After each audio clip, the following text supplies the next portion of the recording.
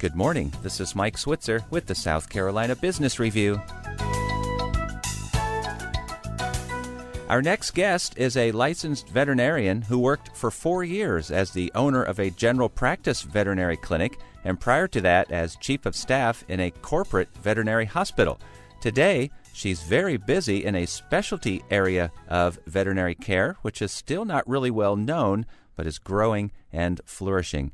Dr. Dickie Kennedy is a specialist in canine rehabilitation and has opened the very first veterinary rehab clinic in upstate South Carolina. Dickie, good morning.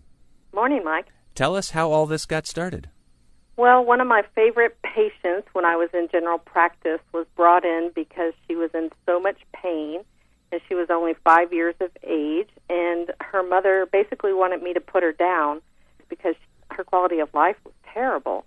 And so I had started reading on the rehab, and I begged her to let me see if I could do something for Libby. And she gave me a few weeks, and Libby turned around, and I'm proud to say that Libby did pass away recently, but she was 14 at the time. So that was just a big thing for me, and I was so excited about it, and I just started going down that field. And so is this something that you had to teach yourself? Is there a school for this? Vet rehab is pretty young, like you said. University of Tennessee, and there's an institute, the Canine Rehabilitation Institute in Florida. Both began about in 2002. I went through University of Tennessee in 2006, and so I was one of the first few classes they had. Why do you suppose it has taken so long for rehab for animals to become an accepted practice? Well, I think part of it is that in the 80s and 90s it was considered alternative or complementary medicine, and so it wasn't Western medicine like everybody saw every day. And it's really hard for people to see that their pets are in pain, because they don't show the same symptoms you do. They are quiet about it. They don't cry and whimper and carry on, and so a lot of people just think their pets are aging when actually they might be in pain. Share with us some of these conditions that you're talking about. Well, we see pets anywhere from canine athletes who have torn cruciates just like human athlete would, pets with amputations, obesity, hip dysplasia, elbow dysplasia, back issues where their pets have ruptured the disc in their back or, something like that. How many animal rehab centers are there in South Carolina now? At the last count, I think there is maybe half a dozen of us. A lot of them are in the lower portion of the state, quite a few in Aiken and Charleston area. What are the challenges that you've faced in getting this business up and running? A lot of the challenges are just in educating people that their pet, does have pain, and getting the people out there to see that there are options for your pet. Your pet just doesn't have to slow down and, get older. They can actually come in. We can keep them in top physical condition.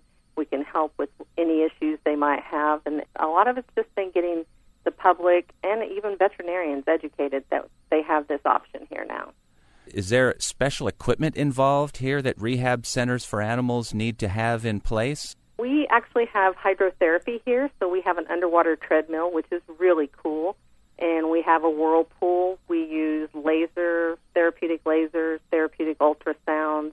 They're all used for pain, for helping with muscle and soft tissue injuries, and a lot of core conditioning with balance equipment and stuff. Now, we've been talking mostly about dogs. Do you do other animals? I don't suppose this whole philosophy of rehab works very well with cats. It really does. We actually have 3 older cats. The oldest one allows me to do a little bit of chiropractic to him. You do have to move slower with cats, and you have to kind of give them their space and, let them tell you when you can do things and when you can't. There was actually a pretty famous cat who was put in an underwater treadmill because he was so obese, and he lost quite a bit of weight. Obesity you've mentioned twice now, so not just putting them on a diet, but getting them on the treadmill. Yeah, probably 70 to 80% of our pets are actually overweight, and a lot of people don't realize it because they equate food with love. So we do use the underwater treadmill because of the resistance of the water, and it helps hold the pet up, and it's warm, and it also warms up the joints and stuff. And it's one of the better tools I have for helping lose weight, along with the owners, of course, having to monitor the diet. Dickie, congratulations on the launch of your new practice. Good luck with everything going forward. Thank you. Thank you very much. Dr. Dickie Kennedy is a specialist in canine rehabilitation. Her practice is the Animal Rehab and Conditioning Center in Greenville, South Carolina. And we will have a link to her site posted at our webpage so you can learn more. Our address is etvradio.org/SCBR. And with the South Carolina Business Review, this is Mike Switzer.